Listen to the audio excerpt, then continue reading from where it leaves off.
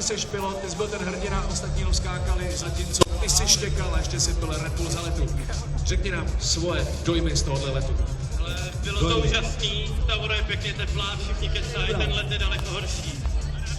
A rád bych řekl, že naše letadlo vydrželo, jen upadla hlava. Jen hlava upadla, to se nic nedá dělat, prostě takový je život. Děkujeme za vyjádření, tady se mezi tím rozsněžilo, ale vidím, že můj kolega má i knírek, je připraven, je to polský skokan Adam Mališ, pokud se nemýlím, není to Veliš, teda není to Vališ, je to Veliš v tuto chvíli. Jste připraveni na pódiovou show? A týmpe složení Janoušek, Šebesta, Plevka, Kolářová a Frýd jsou vyznavači ledového umění Adama Mališe. Mají ho jako maskota, jako ikonu a právě proto zhotovili tuto figurínu připomínající legendu skoků na lyžích Polské republiky. Startovní číslo 30 má polský Orel, jeden závodník nám chce něco říct. We love you, Adam Mališ! Adam Mališ je milován a pódiová show může začít. Dobré odpoledne, dámy a pánové. Vítáme vás z polského Zakopane, kde se právě připravují dva závodníci. Je to polský letec Adam Mališ a Jakub Janda z České republiky. A připravujeme se na správný vítr.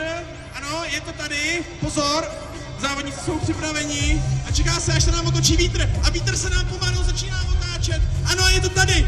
Furci vyskočili a letí. Furci letí, vypadá to dobře a vypadá to na nový světový rekord. Dámy a pánové, je to nový světový rekord. Adam Mališ skáče nový světový rekord. Dámy a pánové, je to tady. Poslední skok Adama Mališe.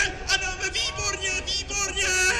No a my vám musíme ukončit show, jakkoliv bychom se dokázali na moderátorovu žluté sako dívat celou věčnost, ale show má svá pravidla, tedy délku trvání 30 vteřin. Adam Mališ. Pojďte skandovat, jsou tady pracovníci polského zastupitelského úřadu, včetně velvyslance. Mališ, Mališ, Mališ. Adam Mališ je připraven. Bardzo děkujeme. Takže přátelé, za chviličku se nám pilot usadí do kokpitu, což přesně nevím kde. V tuto chvíli se kokpit nachází, nechám se překvapit. Pilot zasedne mezi nohy Adama Mališe, protože by bylo opravdu pokoušením osudu lézt Mališovi na záda a snažit se jakkoliv na něj vyvyšovat. Proto pokorné místo dole. Máš pravdu, je tam sedátko mezi nohama Adama Mališe. To by se tak mohl jmenovat nějaký film nebo kniha. Mezi nohama Adama Mališe. Přátelé, nebojte se podpořit tým Polský Orel z Horoměřic, který za chviličku odstartuje na svůj let. Držte palce!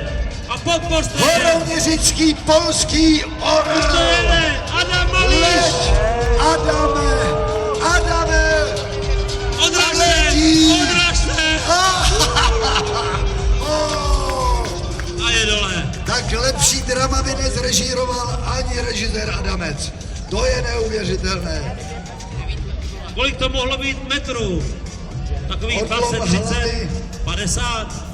Posádka se raduje, zatímco Adam Mališ postupně vyčerpává poslední vteřiny svého života, protože má hlavu tak hluboko ve vodě, že prakticky nemůže dýchat, ale ten už je nám teďka celkem lhostejný. Poroto, jaký to je zapůsobil? Ano, tam je to jasné. Horoměřice 10, 8, 7, 9, 9. To je zřejmě nejvyšší hodnocení. Je tam i desítka a Vávra chtěl něco říct. Vávro. Já jsem jenom říkal ten styl. Češi, musel přijít Adam Mališ z Polska, aby získal nejvyšší ocenění. Tak a Vávro, teď to řekni.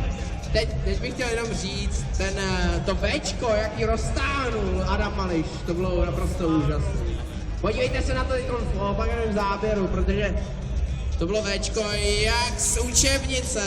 Jestli můžeme ten záznam toho skoku ještě jednou, protože o tom se nám bude dnes v noci zdát. Podívejte se prosím, jestli můžeme ještě jednou Adam Mališ letící, platící. Roztáhlo to Včko. Tady je. Tady je, podívejte se. Včko teď. Máš pravdu, Vávro, to Včko tam bylo. Ano, bylo tam Včko, ale musím říct, že dva členové tohoto bezvadného týmu ukázali ukázkový telemark, což já hodnotím velmi kladně. A co Martin Šonka na to? Názor odborníka akrobatického i vojenského pilota.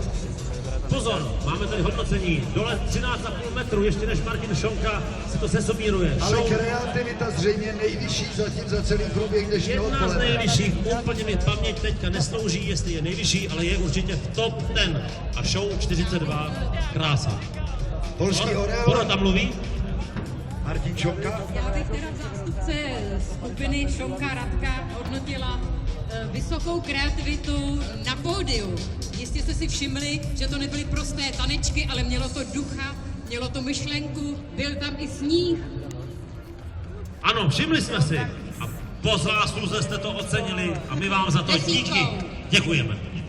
Děkujeme, Radko, za živá slova, zatímco sledujete Adama Malicha, který zřejmě prohledává, vidíte, že je horní polovinou těla skloněn, zřejmě prohledává, zdali tam nezůstaly ostatky jeho lyží skokanských. Johnny? Pánové, já mám asi první takovou nepříjemnou informaci.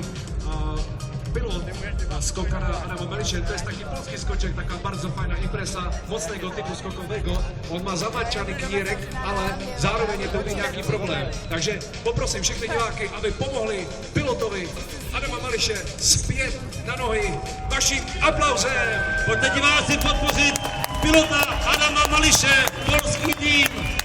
Je tam nějaké malé zranění, doufejme, že to nebude nic vážného. Budeme vás informovat z nemocnice hned, jak se to dozvíme. Pro jistotu jsme ho zafixovali tak, aby se nemohl vůbec hýbat.